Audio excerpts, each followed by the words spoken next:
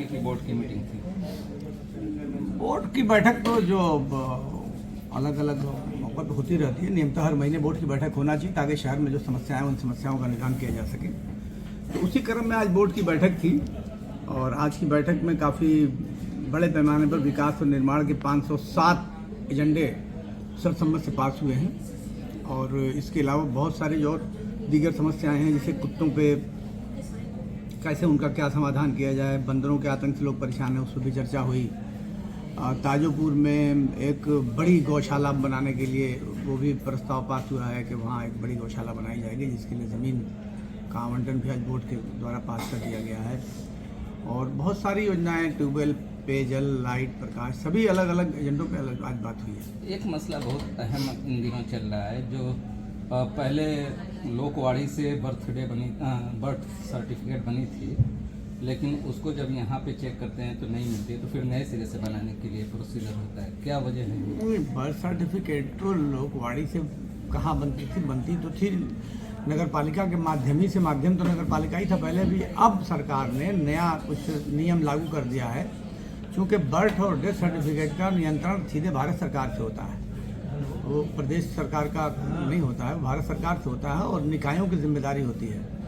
तो अब उसमें सिस्टम बना दिया गया, बेहतर कर दिया गया। पहले जो जटिलताएं आती थी उनको दूर भी कर दिया है सरकार ने नियम बनाकर, और सब कुछ ऑनलाइन होता है, कोई दिक्कत नहीं है। ताखिर होती है जिसकी वजह से अब 15 वो एक नियमावली बनी हुई है कि 15 दिनों के अंदर, अगर आप 21 दिनों के अंदर अगर आप आवेदन करते हैं तो नगर पालिका अपने स्तर से ही उसको दर्ज कर लेगी। लेकिन अगर आपने 21 दिनों के बाद कहीं दर्ज कराना है तो उसको प्रमाणित कराना पड़ेगा SDM के, वहाँ से वहाँ आप आवेदन देंगे और फिर वहाँ से वो लोग अपनी क्वेरी करते हैं और उसके बाद हमारे पास वो आता है तो फिर बनता है। आज की मीटिंग में सबसे अहम पॉइंट क्या था? आज की बैठक में बहुत सारे एजेंडे थे जिन पर बहुत ही विस्तार से चर्चा भी हुई है और तय भी हुआ है। जैसे बहुत सारे नलकूप बंद पड़े हुए हैं, 4-4, 5-5 साल पहले के नलकूप लगे हुए हैं और उस पर लाइट न होने की वजह से वो नलकूप बंद पड़े हैं, करोड़ों रुपए की लागत से। इस पर बोर्ड ने आज बहुत नाराज़गी व्यक्त की है अधिकारियों के ऊपर कि लाइट नहीं है तो लाइट में उसमें व्यवस्था करके उन नलकूपों को चालू किया जाना चाहिए। दूसरा मसला था कि जिन लोगों के हाउस टैक्स में भी वाटर टैक्स लगा हुआ है और जलकर भी लगा हुआ है, बहुत से ऐसे लोग हैं जिनका पहले हाउस टैक्स नहीं लगा था, पाइपलाइन थी तो उनको पानी दे दिया गया तो उन्हें जल मूल्य लिया गया। तो अब जब उनका मकान बन गया, हाउस टैक्स लग गया, तो पता चल रहा है कि हाँ, जलकर भी लग रहा है उनसे और जल मूल्य भी दोनों लग रहा है।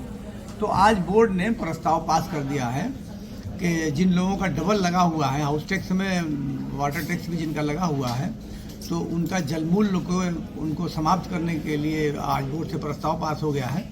तो जो लोग अपना जल मूल्य माफ कराना चाहते हो वो लोग आवेदन कर देंगे, आवेदन की एक प्रक्रिया बना ली गई है। मतलब जिनका डबल लगा हुआ हाँ, है वही वो खत्म किया जाएगा, उसके लिए आज बोर्ड से प्रस्ताव पास हो गया है, आवेदन देना होगा।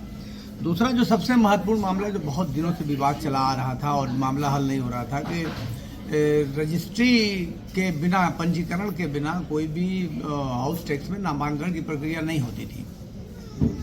तो उसमें जो परिवार का था, यानी फैमिली सेटलमेंट जो था, यानी विरासत के जो मामला थे वो भी रुके हुए थे। तो आज उस पर भी बहुत देर तक लंबी चर्चा हुई और लंबी चर्चा करने के बाद ये निर्णय लिया गया कि जो फैमिली सेटलमेंट है वो उसमें जो आपसी बंटवारा होगा तो उस बंटवारे को उनसे शपथ पत्र लेकर उसको चढ़ाया जाएगा, नामांकन प्रक्रिया की जाएगी। आज ये एक बड़ा काम हो गया, जो सैकड़ों हजारों फाइलें जो पेंडिंग पड़ी हुई थी, आज उसके निस्तारण को भी बोर्ड ने तय कर दिया है और विभाग से भी सहमति ले ली गई है और उसके टैक्स सुपरिटेंडेंट को ये जिम्मेदारी दी गई है कि वो एक प्रोफार्मा बनाकर 1-2 दिन के अंदर अंदर प्रस्तुत करेंगे और वही प्रोफार्मा लोगों को दिया जाएगा। प्रोफार्मा में जिन चीज़ों की ज़रूरत होगी वो लोग कंप्लीट करके वो आवेदन करेंगे।